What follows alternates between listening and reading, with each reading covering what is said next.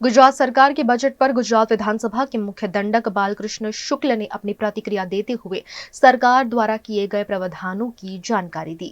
गुजरात राज्यના માનનીય નાણામંત્રી શ્રી કનુભાઈ દેસાઈ સાહેબે કુલ મળીને 3,70,250 કરોડનું વિક્રમી ઐતિહાસિક અંદાજપત્ર નાણાંની ફાળવણી કરીને ગુજરાતના સર્વાંગીણ વિકાસ માટેનું આયોજન કર્યું છે। ત્યારે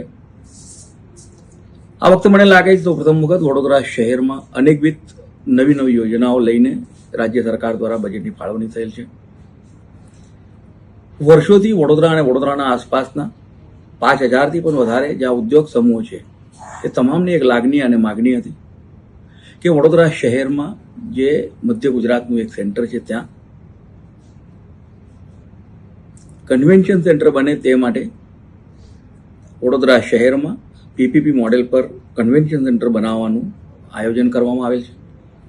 તેની સાથે સાથે વડોદરાના જ ગુજરાતના જ નહીં પરંતુ દેશ વિદેશના હસ્તકળાના જે કારીગરો છે તેમના માટે એક અર્બન હાટ બનાવવાનું એક આયોજન બજેટમાં લેવામાં આવ્યું છે। તેની સાથે સાથે વડોદરામાં એક મેગા ફૂડ પાર્કનું પણ નિર્માણ કરવાનું આયોજન કરવામાં આવ્યું છે।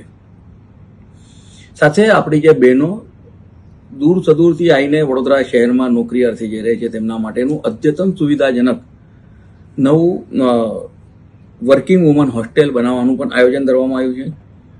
સાથે સાથે વડોદરા મેડિકલ કોલેજમાં પીજીના વિદ્યાર્થીઓ માટેના નવા હોસ્ટેલનું આયોજન કરવામાં આવ્યું છે અને વડોદરા ખાતે ગાયનેક પીડિયાટ્રિક વિભાગ અને સંલગ્ન neonatal ICU, obstetric ICU, gynaec ICU વગેરેની સેવા તથા પીડિયાટ્રિક સર્જરી વિભાગ માટેનું પણ એક નવું આયોજન કરવામાં આવ્યું છે।